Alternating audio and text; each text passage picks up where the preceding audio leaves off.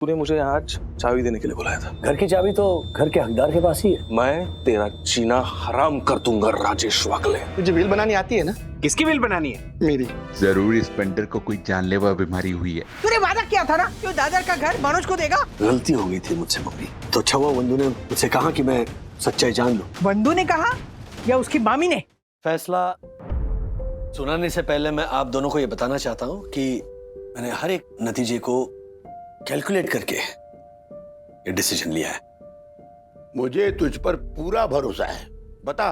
पापा क्या है, हमारे देश में ना प्रॉपर्टी से रिलेटेड केसेस सालों तक चलते रहते हैं। कोर्ट का फैसला आते आते एक मिडिल क्लास इंसान के बैंक अकाउंट में रखा उसका पैसा, दिल में रखा धैर्य सब खर्च हो जाता। वर्तमान में केस लड़ते लड़ते अपने बच्चों का भविष्य दांव पर लग जाता। घर की शांति, परिवार का सुकून, मन का चैन सब छिन जाता है। इसीलिए मैंने ये फैसला लिया कि घर मनोज को दे देना चाहिए।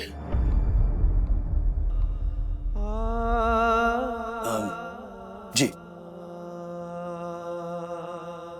राजू, कितना भी कठिन क्यों ना हो, तूने बिल्कुल सही फैसला लिया। हाँ, मतलब मेरे पास और कोई ऑप्शन था नहीं। तेरी माँ बिल्कुल सही कह रही है। बिल्कुल सही फैसला लिया तूने।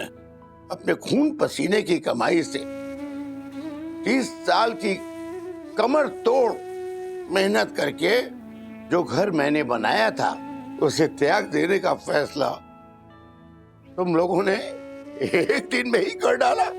शाबाश, शाबाश, क्या बात है। Good decision. हाँ, सो क्विक। ये ले, दे दे चाबी मनोज को। मुझे माफ कीजिए पापा। मैं किस लिए? अरे बिल्कुल सही फैसला। देख तेरी माँ कितना खुश हो रही है। वाह। हाँ? अब तुम लोग मुझसे कुछ मत पूछना, जो सही लगे वो कर लो।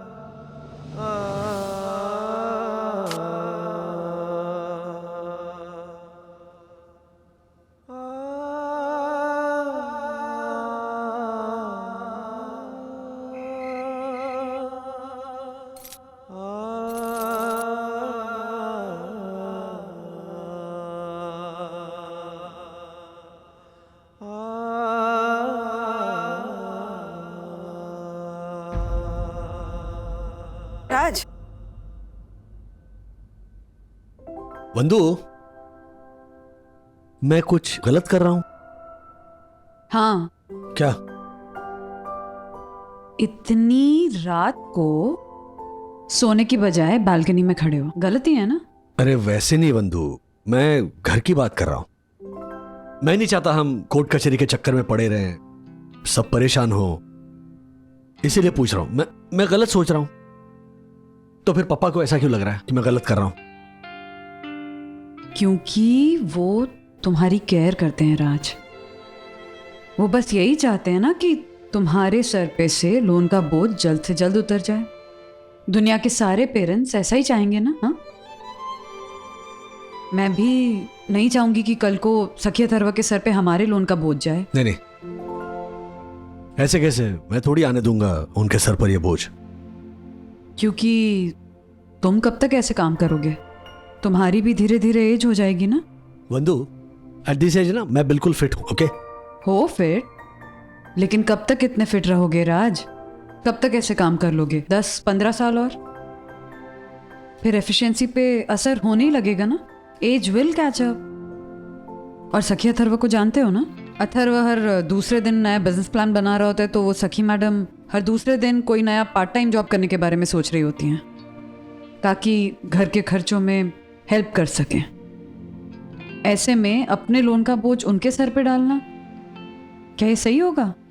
नहीं नहीं, मैं ऐसे नहीं होने दूंगा। तुम नहीं होने दोगे राज, लेकिन हमारे बच्चे, वो तो केयर करते हैं ना तुम्हारी। तुम परेशान होते हो तो वो भी स्ट्रेस लेने लगते हैं। फॉर एन एग्जाम्पल, चलो मान लो कि सखी अथर्वा को कल को बाहर पढ़ने के लिए जाना है, फॉरेन स्टडीज के लिए जाना है। उसके लिए तुम्हें एजुकेशन लोन लेना पड़ेगा उनके लिए। लेकिन अगर तुम्हारे सर पे ऑलरेडी लोन का बोझ होगा तो ऐसे में वो लोग क्या सोचेंगे? नहीं नहीं, हम अपनी पढ़ाई के लोन का बोझ डैडी के सर पे डालकर उनको और परेशान नहीं कर सकते हैं। एंड एज अ रिजल्ट या तो वो अपनी पढ़ाई छोड़ देंगे या जल्द से जल्द जो एजुकेशन यहाँ मिल रहा है वो फिनिश करके काम करने में लग जाएंगे, ताकि तुम्हारा बोझ कम कर सकें, घर के खर्चों में हाथ बटा सकें। लेकिन अपने लोन का बोझ उनके सर पे डालना, क्या ये उनके साथ फेयर होगा? इतना कंफ्यूज हो रहा हूं ना कि एक डिसीजन लेता हूं तो फिर लगता है कि नहीं नहीं, वो पहले वाला डिसीजन सही था। समझ में नहीं आ रहा क्या करूं। मुझे ऐसा लगता है, मतलब जस्ट अ सजेशन, की तुम्हें मनोज भैया के साथ बैठकर आराम से बात करनी चाहिए, जानने की कोशिश करनी चाहिए कि वो एक्चुअली में चाहते क्या है। इतने सालों बाद सडनली उनको दादर का घर क्यों चाहिए? मतलब जेन्युइनली वहाँ रहना चाहते हैं या अपने ईगो में ये सब कर रहे हैं या फिर कोई और इरादा है? क्या इरादा हो सकता है? पता नहीं, हो सकता है कि किसी मुसीबत में और ये सोच रहे हो कि दादर का घर बेचकर खुद को उस मुसीबत से बाहर निकाल सकते हैं। लेकिन ऐसे में मेरे हिसाब से हमारे लिए दादर का घर बेचकर माँ पापा के घर के लिए जो हमने लोन लिया है वो लोन चुकाना ज्यादा जरूरी है। बस कोई भी फैसला लेने से पहले एक बार उनसे बात करो, उनका इरादा जानने की कोशिश करो, पता कर लो कि वो एक्चुअली में चाहते क्या हैं।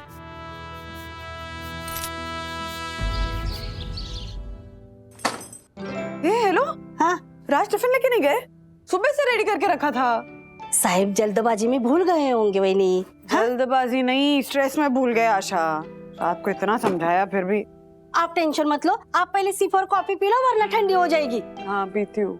सब काम हो गया है? हाँ मैं अब निकलती हूँ। अरे नाश्ता रेडी है, करके जा। नहीं नहीं, आज ना मेरा व्रत है। अच्छा, आपको बताना नहीं चाहती थी, फिर भी बता देती हूँ। हाँ क्या? अपने राजेश बहू जैसे सीधे साधे इंसान को इन सब मुसीबतों से छुटकारा पाने के लिए मैंने व्रत रखा है। Thank you Asha, thank you so much. वही नहीं, थैंक यू की कोई बात नहीं, अब बिल्कुल चिंता मत करो, सब ठीक हो जाएगा। हाँ अब मैं निकलती हूँ। वन्ना भाभी, वन्ना भाभी, वन्ना भाभी। प्रणाम साहिब। हाँ ठीक है, प्रणाम। परम पूजनीय, परम आदरणीय, सुंदर सुंदरी वन्ना भाभी को ऑनरेबल सेक्रेटरी एडवोकेट दक्षिण जोशीपुरा का प्रणाम। माय गॉड, क्या हुआ? क्या दक्कू भाई इतने स्ट्रेस में क्यों हैं आप? सब ठीक है ना? सोसाइटी का वाटर पंप और बीविंग की लिफ्ट और लॉबी की ट्यूबलाइट को छोड़कर कुछ भी ठीक नहीं है वन्ना भाभी, कुछ भी ठीक नहीं है।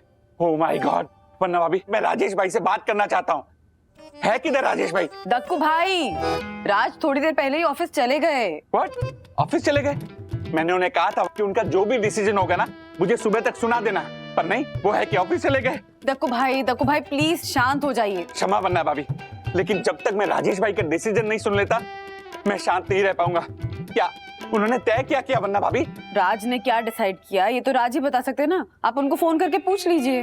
वन्ना भाभी कब से ट्राई कर रहा हूँ पर उनका फोन बंद आ रहा है। फोन बंद है? ओह माय गॉड। नहीं आप रुकिए, मैं ऑफिस फोन करके देखती हूँ ना, शायद बात हो जाए। वाह वन्ना भाभी वाह। वन्ना भाभी ठीक कर।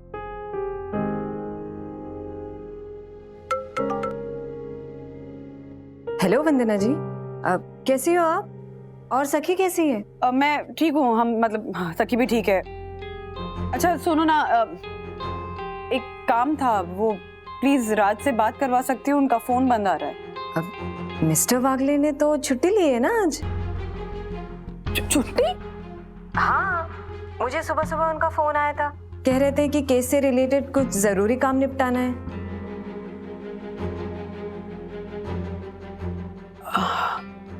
अच्छा कियारा, अगर राज ऑफिस फोन करे ना किसी भी काम से तो प्लीज उनसे कहना कि मुझे कांटेक्ट करें। हाँ या श्योर।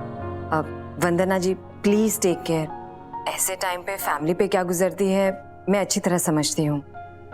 अगर आपको कोई भी हेल्प चाहिए तो please don't hesitate to call. जी भैया, thank you Kiara, thank you so much, thank you.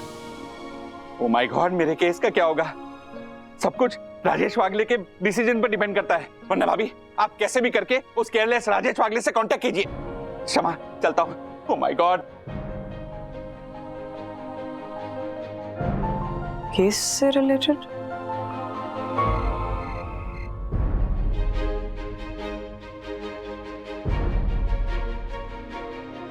Vandu, bar bar phone देखने से राजू वापस आने वाला है क्या? क्यों इतना टेंशन ले रहे बेटा? माँ 8 घंटे से फोन बंद आ रहा है, टेंशन हो रही है। वंदू, ये सब झमेले की वजह से ना फोन चार्जिंग करना भूल गया होगा। तू एक काम कर, तू तेल लेके आ, मैं चंपी करती थी। आ। 1 सेकंड। हाँ मामी। तो क्या डिसाइड किया दामाद जी ने? नहीं, अभी तक कुछ तय नहीं किया है मामी।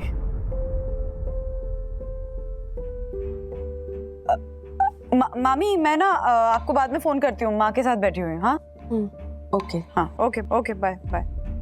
क्या? अरे वो हमसे ज्यादा टेंशन मामी ले रही है माँ। किस बात की टेंशन? यही दादर का घर, कोर्ट कचहरी के चक्कर। मामी क्यों टेंशन ले रही है? मतलब राजू ने बताया ना तुझे कि उसने घर देने का फैसला किया है? बताया ना राज ने, लेकिन लो राजू आ गया। हाँ बंधु, ये श्रीखंड लाया हूँ। हाँ, उमेश जी खानावड़ से।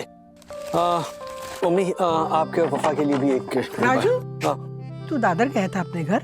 जी। घर का दरवाजा खोलते ही मेरे नाम के ढेर सारे पेपर्स मुझे मिले। बिल तो ठीक है, लेकिन 3 साल पुराना एक स्पीडिंग टिकट मिला है मुझे। स्पीडिंग? वो गाड़ी चलाते वक्त अगर आप एक स्पीड लिमिट के ऊपर जाओ तो फिर आपका चालान कटता है। तो दुबई के मॉल रोड पर 26 जून को 3 साल पहले स्पीडिंग टिकट मिला है राजेश वागे के नाम से, 1000 दिरहम का, मतलब हमारे यहाँ के 22,000 रुपए हुए। 17 सितंबर को सिग्नल जंप किया, उसके 300 दिरहम, और फिर नो पार्किंग के 2 टिकट हैं 200 दिरहम के। राजू तू दुबई कब गया था? मैं गया ही नहीं था, मैं तो यही था।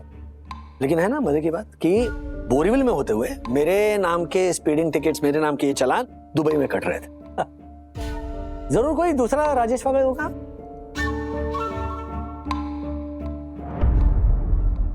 खैर वो सब छोड़ो, ये बाकी के भी बिल्स हैं वो छोड़ो। ये आइसक्रीम क्या लाया हूँ मैं? श्रीखंड खाते हैं। पता है बंधु, ये हमारे मतलब दादर का ये फेमस है, ये उमेश जी खानावड़। मम्मी को जब भी बोरियत होती थी खाना पकाने से, तब कहती थी पापा से, या आओ जरा ये कुछ लेकर आइए, तो फिर पापा ये वरण भात, वांग, बटाटा का रस्सा और ये श्रीखंड लेकर आते थे। आई एम सॉरी, वो स्ट्रेस इतना था कि वो फोन चार्ज करना भी भूल गया और वो टिफिन भी भूल गया। सॉरी। तुम ठीक हो ना? ठीक हो तो ये रियलाइज कैसे नहीं हुआ कि मुझे कॉल करके इन्फॉर्म करना चाहिए राज? हाँ, फोन चार्ज करना भूल गए थे तो किसी और का फोन लेकर मुझे कॉल नहीं कर सकते थे, बता नहीं सकते थे? या टिफिन की तरह मेरा नंबर भी भूल गए थे? रियलाइज हो रहा है तुम्हें कि कितना परेशान हुई हूं मैं? 1000 बार फोन चेक कर चुकी हूँ, सुबह से स्ट्रेस लेके बैठी हूँ। ऑफिस कॉल किया तो कियारा से पता चला कि तुमने ऑफिस से भी छुट्टी ली है। ये तक बताना जरूरी नहीं लगा तुम्हें? ओहो, जरा लंबी सांस लो और यू नो व्हाट, एक मिनट, हाँ चलो श्रीखंड खाओ। नहीं, मीठा खा के मीठा बोलने लगूंगी ऐसा मत सोचो। मैं गुस्से में हूँ, बहुत गुस्से में, और मैं गुस्से में ही बात कर रही हूँ। आई एम सॉरी, अगली बार से ऐसा नहीं होगा। मैं क्या करता बताओ, पूरा दिन में ये भाग दौड़ कर रहा था, मुझे तुमसे कनेक्ट करने का टाइम नहीं मिला ना, तुम्हें कुछ मैं इन्फॉर्म कर पाया। सेकेंडली वो केस के चक्कर में आई टुक अ सेकंड ओपिनियन, एक दूसरे लॉयर से भी जाकर मिला, और फिर उस एरिया में गया था तो फिर सोचा कि चलो दादर का घर भी देखा हूं, तो दादर के घर में गया। वो घर खोलते ही कितनी सारी चीजें दिखी जो हम वहीं पर छोड़ कर आए थे। ये जितनी पुरानी ये चाबी है उतनी पुरानी यादें हैं। बरामदे में बैठकर पप्पा के साथ गप्पे लड़ाना, फिर मम्मी को रसोई में हेल्प करना, हर रविवार को मनोज दादा के साथ क्रिकेट मैच।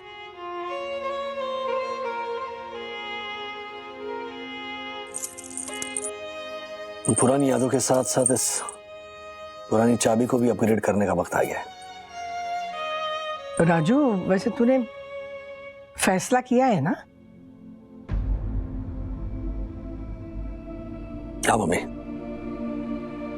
कल शाम को दादा को आपके घर पे बुलाया है। इस चाबी की और एक डुप्लीकेट बनाऊंगा और इसके असली हकदार के हाथ में थमा दूंगा। असली हकदार?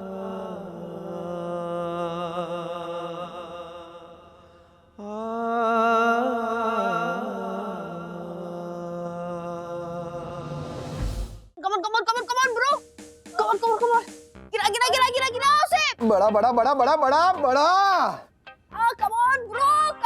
और गिरा मत, बड़ा बड़ा बड़ा बड़ा बड़ा। ये बोल रहे हैं गिरा गिरा, आप बोल रहे हो बड़ा बड़ा, क्या हो क्या रहे? अरे ये लोग वीडियो गेम खेल रहे हैं और मैं शेयर बाजार खेल रहा हूँ। वहाँ उनके दुश्मन गिरते जाएंगे तो वो लोग जीतते जाएंगे, यहाँ पे मेरे शेयर के भाव बढ़ते जाएंगे तो मैं जीतता जाऊंगा। गिरा गिरा गिरा ब्रो, लेफ्ट से अटैक कर रहा हूँ ब्रो। अरे bro, attack from the left. Bro तू राइट से करना। अरे मैं कर रहा हूँ, स्पेशल मूव है तेरा। कर कमर कमर कमर, गिरा गिरा गिरा गिरा गिरा, गिर गया। यस! अरे वाह वाह वाह। अरे क्या वाह वाह कर रही है? यहाँ पे देख मेरे शेयर के भाव कितने गिर गए। तो गिरे हैं तो बढ़ भी जाएगा, और हारकर जीतने वाले को ही ट्रेडर कहते हैं। विद्युत रिमोट दे, मुझे न्यूज़ देखनी है। मुझे। आप कब से न्यूज़ देखने लगे? अभी से। कॉलेज का असाइनमेंट है तो मुझे न्यूज़ देखनी है। दीदी रिमोट दे दो। नहीं दूंगी, क्या करेगा? दीदी रिमोट दे दो, वरना क्या? वरना इसी टीवी की उस न्यूज़ में आपकी फोटो आ जाएगी कि एक भाई ने अपनी बहन की टांग तोड़ दी, वो भी सिर्फ एक टीवी के रिमोट के लिए। तू मेरी टांग तोड़ेगा? मैं तेरी टांग तोड़ूंगी। क्या बोल रही है गुनगुन, क्या बोल रही है तू? विद्युत रिमोट दे, लास्ट टाइम बोल रही हूँ, देख। मैं रिमोट नहीं दूंगा, जो करना कर। देता है क्या? विद्युत क्या कर रहा है यार? ये क्या? विद्युत रिमोट दे। विद्युत क्या कर रहा है यार? रिमोट दे। नहीं दूंगा ना। एक बार में बात समझ में आती है। तभी मैं नहीं दूंगा। पैसे कैसे नहीं देगा तू? आराम से। देख, तू हर बार टीवी देखता है, मुझे कहाँ पे रख के आएगा? अरे ये दोनों जंगली जानवर की तरह लड़ रहे हैं और तू कैसे पकड़ के बैठी है? जाना, रोकना उन्हें। अरे हर्षद, आप चिंता मत कीजिए, ये तो भाई बहन का प्यार है। ब्रो, इससे मार, इससे। क्या क्या इससे क्या मार? तेरे घर पे तू और सखी क्या ऐसी लड़ाई करते? और नहीं तो क्या अंकल, आप खामखा ऐसे इतना हाइपर हो रहे हो। रिलैक्स। मैंने कहा ना आपसे हर्षद, ये तो नॉर्मल है, बड़ा झगड़ा थोड़ी है। इस रिमोट में जो बैटरी है ना, वो मैं खरीद के लाया था, तो इसमें पहला हक मेरा है। पर हर महीने रिचार्ज तो मैं करवाती हूँ ना टीवी का, मेरा हक है इसमें। तो चॉइस तो मेरी थी ना। मुझे लगता है कि इस रिमोट का असली हकदार कौन है, उसका फैसला ना आपको कोर्ट जाके करना होगा, जैसे डैडी और मोनोशा कर रहे हैं। नहीं अथर्वा, ये ऐसे ही लड़ेंगे ना तो सिर्फ एक दूसरे के हाथ पैर तोड़ेंगे, लेकिन अगर कोर्ट में जाएंगे ना तो रिश्ते टूट जाते हैं। अरे गुनगुन, मार उसे। ऐसे कैसे रिमोट दे देगा? हर बार अपनी मर्जी चलाता है ये।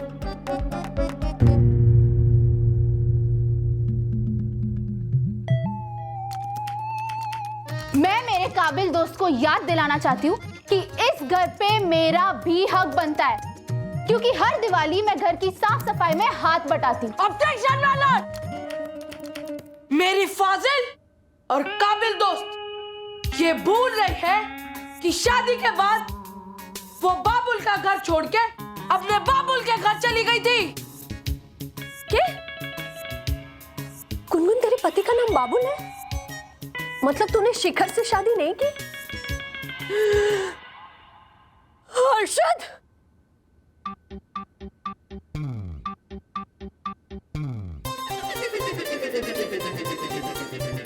हे मारा राम जी,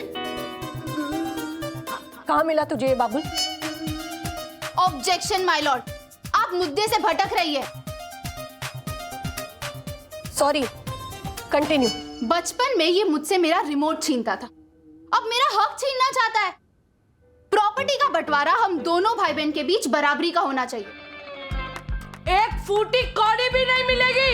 ऐसे कैसे नहीं मिलेगी? मैं बताती हूँ तुझे। तो मैंने भी कोई कच्ची गोलियां निकाली है, मैं आपको कोर्ट में घसीटूंगा। हम कोर्ट में ही खड़े हैं। तो घसीटो। तू घसीट। लेडीज फर्स्ट टाइम घसीटो। ऑर्डर।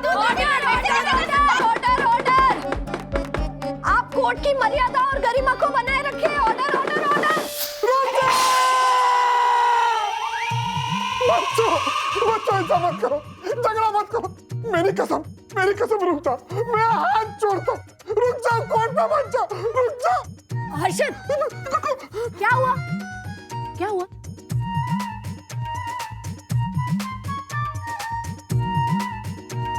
क्या हुआ? वो ऐसे ही लड़ते रहते हैं, रोज का है इनका, आप ध्यान। मेरे बच्चे भी आगे जाके राजेश भाई और मनोज भाई की तरह कोर्ट में लड़ने लगे तो नहीं, मैं वो नहीं देख सकता।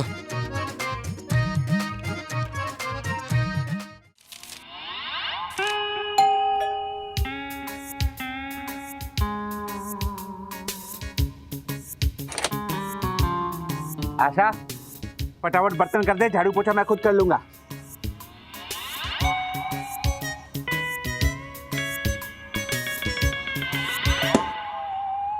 पंटर, तू कब आया? आपका मुझे एक बात बता, यामिनी भाभी किधर है? जहन्नुम में। शर्म नहीं आती? यामिनी भाभी के लिए ऐसा बोलता है? जहन्नुम में, उसके नए प्ले का नाम, उसकी रिहर्सल के लिए गई है। व्हाट? अच्छा, मतलब घर में हम दोनों के अलावा और कोई नहीं है? नहीं।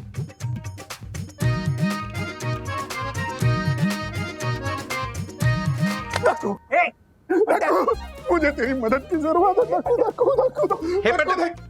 आज तक मैंने तेरे बारे में जो कुछ भी बुरा भला जो कुछ भी कहा है ना, उसके लिए मैं तेरी माफी मांगता हूँ। देखो मुझे माफ कर दे, भूल जा, सब भूल जा। क्या कर रहा है तू पंटर? एक दोस्त तेरे सामने झोले फैला है। देखो प्लीज मदद करेगा ना? हाँ बोल, देखो करेगा ना मदद? अब आया हूँ पार के नीचे। हाँ, पहले तू खड़ा हो। अब बोल, क्या मदद चाहिए? तुझे व्हील बनानी आती है ना? Why not? पर why? I mean, किसकी व्हील बनानी है? मेरी। लेकिन ये बात किसी को पता नहीं चलनी चाहिए। देखो, यामिनी भाभी को भी नहीं। देखो, मेरे को बहुत डर लग रहा है यार, कहीं मेरे जाने के बाद राजेश भाई और मनोज भाई के जैसे मेरे बच्चे भी कोर्ट में कुत्ते बिल्ली की तरह ना लड़े। नहीं, इसीलिए मैं मेरे जाने से पहले मेरी सारी प्रॉपर्टी इक्वली सब में डिवाइड करना चाहता हूँ। आखिर प्यासे को कुएं के पास आना ही पड़ा। पर पंटर, ये भी कोई उम्र है बिल बनाने की? लाइफ का कोई भरोसा नहीं, मौत और बारिश मुंबई में कभी भी आ सकती। और मुझे पता है मार्केट में कितनी नई टाइप की बीमारी आ गई है। कैंसर के तो रोज नए वेरिएंट आते हैं, पता है? स्ट्रेस, लाइफस्टाइल, ये सब जिम्मेदार है।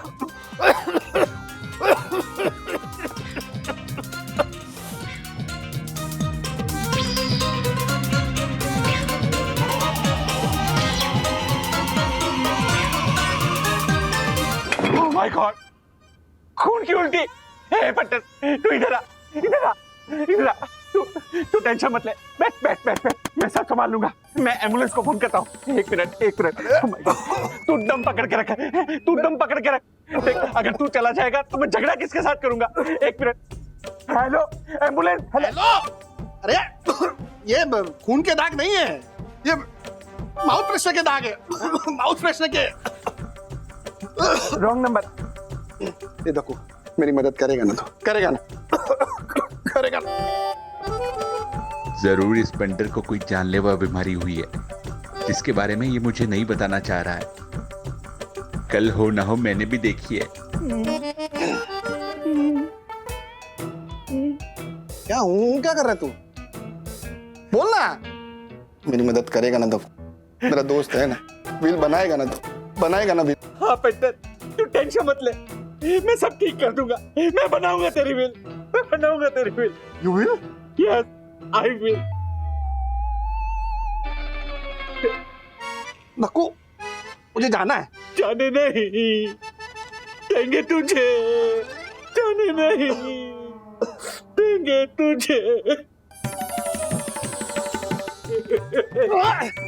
अरे जाना पड़ेगा ना भाई, मार्केट बंद होने का टाइम हो गया है। आता हूँ। हाँ, पर लौट कर जल्दी आना। हाँ आऊँ। ठीक है पेंटर।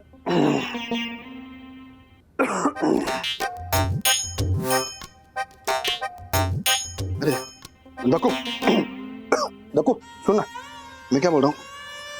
दक्कू, दक्कू, कब से आवाज दे रहा हूँ दक्कू दक्कू। तू रो रहे? क्या हो गया? नहीं, कहाँ? नहीं नहीं नहीं, तू रो रहा है। अगले वो तूने दक्कू बुलाया ना, हमेशा तू झालर बुलाता है। इतनी रेस्पेक्ट की आदत नहीं है ना, तो तू मेरा लॉयर है तो तेरी रिस्पेक्ट तो करनी पड़ेगी ना। बटर सुन, तू तू हमेशा मुझे झालर ही बुलाया कर, अच्छा लगता है। प्लीज। ठीक है, जाना। हाँ। मैं एक बात तो तुझे पूछना भूल ही गया। राजेश भाई ने फाइनली क्या डिसाइड किया है? वो मनोज भाई को घर देने वाले कि नहीं देने वाले?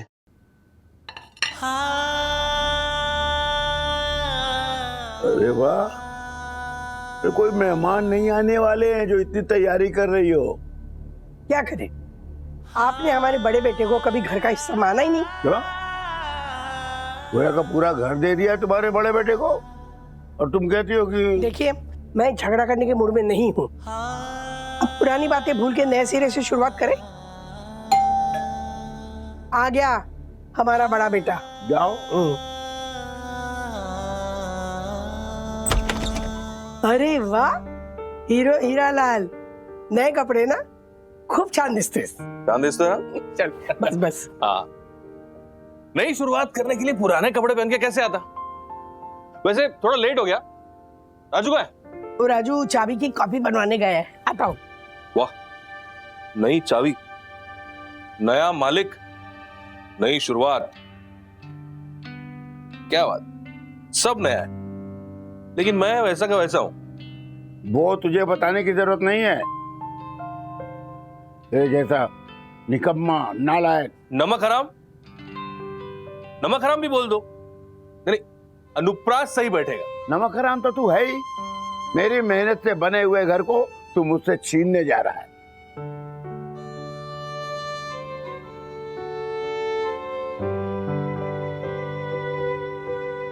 अरे उमेश का श्रीखंड, मम्मी सामने मीठा पड़ा हुआ है और फिर भी श्रीनिवास वागले नमक पे अटका हुआ है। क्यों? मेरे जख्मों पे छिड़कने के लिए? एनीवेज, लो श्रीनिवास, कड़वी बातें छोड़ो और मुंह मीठा करो। आज मेरे लिए बहुत बड़ा दिन है। मम्मी, तू तो मुझे बोली थी कि आज हम सारे पुराने झगड़े भूलकर नई शुरुआत करेंगे। सुनिए, हम पुरानी बातें भूलकर नया भविष्य नहीं बना सकते। नहीं बना सकते क्योंकि नहीं बनाना चाहते।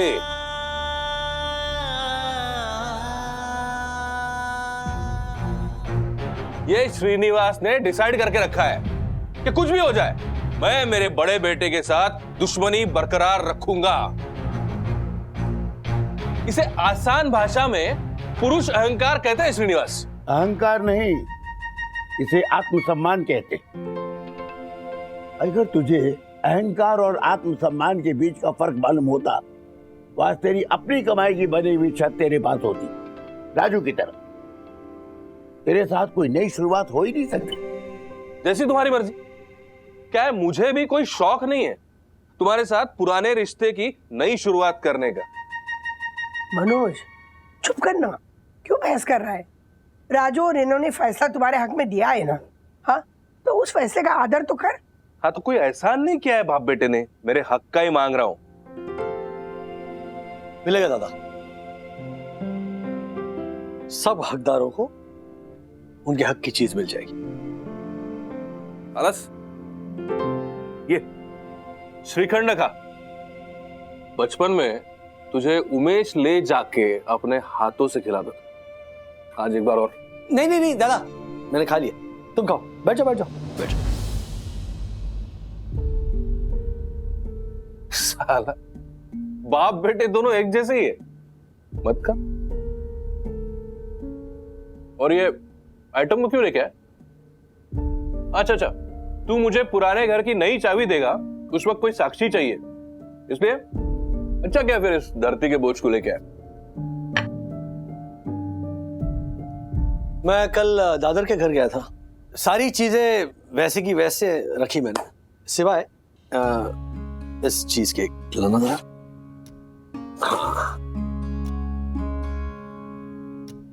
अरे वाह राजू, ये तो वही डब्बा है ना जिसमें तू, श्रीनिवास और मम्मी छुट्टे पैसे जमा किया करते थे। जिसमें हम तीनों पैसे जमा करते थे और तुम चुरा देते। तो सोचा आज ये डिब्बा ही चुरा लाऊं उस घर से। शाबाश, बड़े भाई से कुछ सीख रहा है। रख ले, मुझे कोई जरूरत नहीं है इसकी। देखो भाई, क्या है? घर के पेपर्स? क्या बात है राजू, तेरा हर काम एकदम चकाचक होता है। पापा ये आपके लिए है, याद है ये? इसमें आप पैसे जमा करते थे और जब घर की कोई इंस्टॉलमेंट बाकी थी और पैसे कम पड़ रहे थे, तब इस डिब्बे में से आपने पैसे निकाल कर दिए थे। तो दादर का घर चाहे कोई भी छीनने की कोशिश करे, लेकिन इस डब्बे को छीनने की जरूरत कोई नहीं कर सकता। राजेश वागले, तो क्या पढ़ रहा हूं मैं? ऑनरेबल सेक्रेटरी एडवोकेट दक्षित जोशीपुरा का जवाब अपने लॉयर को जाके दिखा दीजिएगा।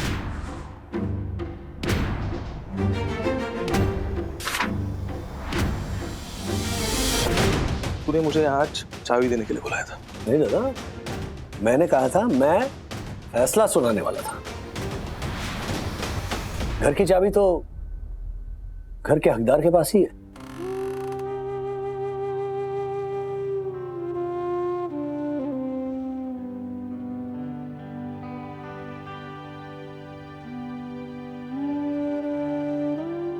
नई चाबी पुराने घर के मालिक के पास। माफ करना दादा, यहां पर तुम्हें बुलाकर, श्रीखंड खिलाकर, मुंह मीठा करवाकर चिढ़ाने का मकसद नहीं था। तो क्या था? जो उमेश श्रीखंड है ना, पिछले 30 सालों से इसका स्वाद जैसा था वैसा ही है। उमेश काका के बेटों ने उमेश काका को बहला फुसलाकर उनकी वो छोटी सी दुकान हथिया ली और लालच में आकर उनके बेटों ने वहां पर एक बहुत बड़ा आउटलेट शुरू कर दिया और श्रीखंड छोड़कर बाकी सारी चीजें वहां पर उन्होंने शुरू कर दी बेचना। अनफॉर्चुनेटली कामयाब नहीं हो पाए। फिर एक बार उसी छोटी सी दुकान पर आ गए और श्रीखंड बेचना शुरू कर दिया। क्या कुछ चीजें ना जैसी होती है वैसी ही रहे, उसी में सबकी भलाई है। लालच सिर्फ नुकसान ही करता है।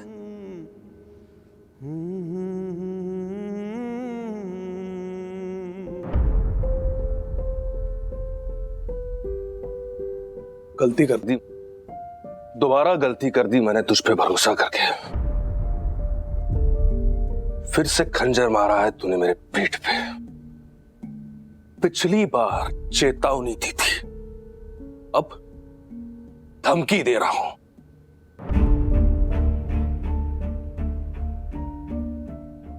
मैं तेरा जीना हराम कर दूंगा राजेश वागले।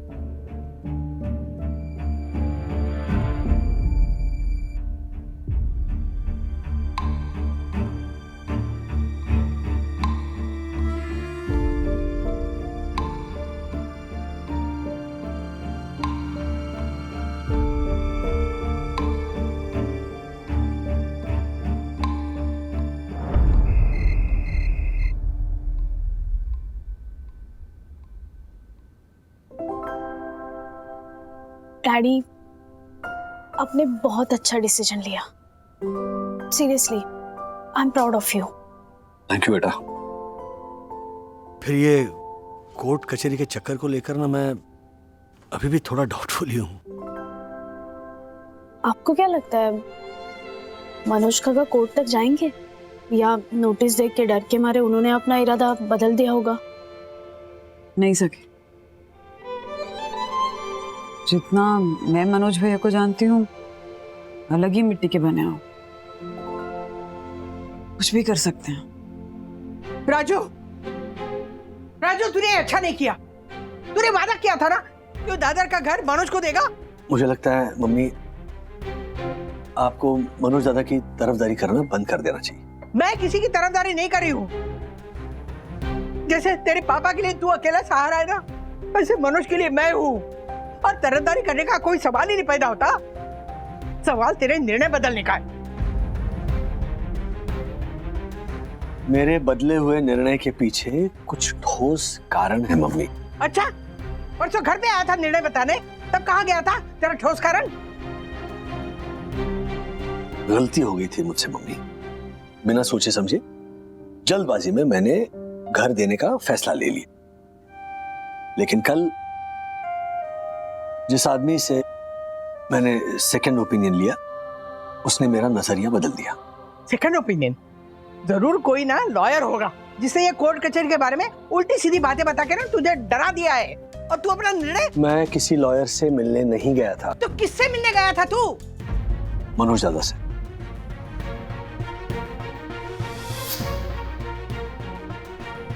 बंधु के कहने पर ये घर लेने के पीछे मनोज दादा के क्या छिपे इरादे हैं, ये जानने के लिए मैं मनोज दादा से मिला।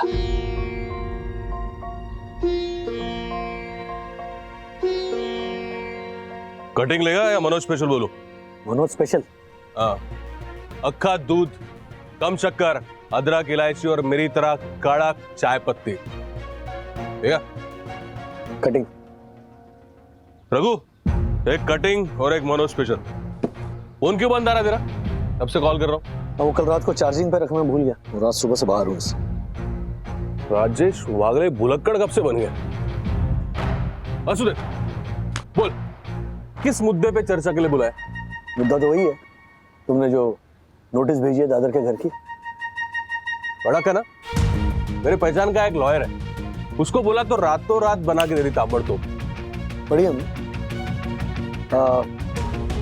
लेकिन हमें नोटिस दोगे ऐसा सपने में भी नहीं सोचा था। झटका लगा ना? तू ही बता, मैं और क्या करता? क्या करता और मतलब? मान लेते, चर्चा करते, बहुत से रास्ते थे। अच्छा, मैं मांग लेता तो तू और वो श्रीनिवास मेरे को चाबी ऐसा गिफ्ट रैप करके दे देते। हा? राजू, जो लोग कम सुनते हैं ना, उनके सामने चिल्लाना ही पड़ता है। चिल्लाने से समस्या का हल नहीं निकलता दादा, शोर बढ़ता है। ये फिलोसॉफिकल बातें अगर बताने के लिए यहाँ पे बुलाया है तो चाय कैंसिल कर दो। अच्छा सुन, बैठ जा, मुद्दे की बात करता हूँ। क्यों चाहिए दादर का घर? क्यों चाहिए मतलब? कानूनन हक बनता है मेरा, इसलिए चाहिए। मेरा सवाल तुमने ठीक से सुना नहीं। मैंने कारण पूछा, तुम कानून बता रहे हो।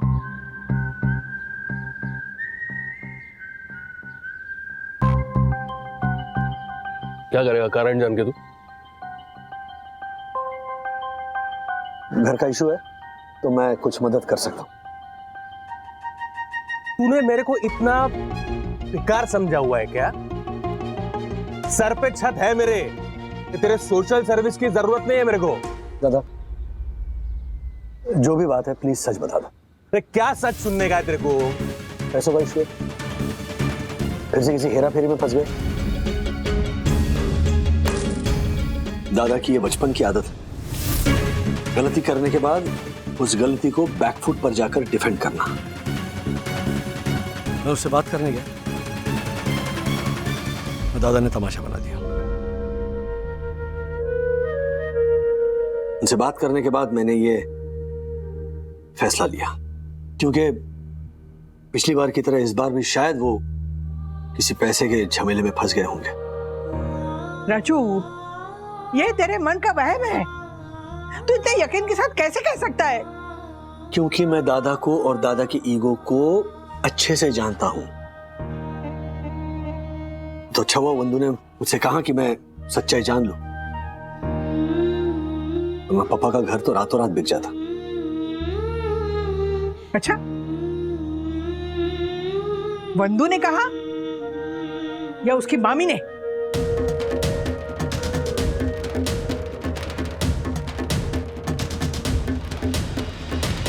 माँ, मामी इसमें बीच में कहां से आ गई? अच्छा, तो वंदू बता, वो तेरी मामी है ना, वो तुझसे इतनी फोन पे बातें क्यों करती है? मैं सब जानती हूँ। हमारे घर के मामले में ना उसे हमसे भी ज्यादा दिलचस्पी है। ऐसा? एक बात बता राजू, वंदू को अपने घर की बातें उसे बताने की क्या जरूरत थी? तो मम्मी ऐसा कुछ नहीं है। वंदू इस घर की बातें अपने परिवार वालों के साथ शेयर नहीं कर सकती। हाँ, इस पे वो भी तो परेशान थी ना। माँ, ये सिर्फ और सिर्फ राज का फैसला है। अब मुझ पे गुस्सा क्यों निकाल रही हैं? हाँ, तो बता ना, सच सच बता। तेरी मामी ने ये मनोज को घर ना देने का सुझाव दिया था ना?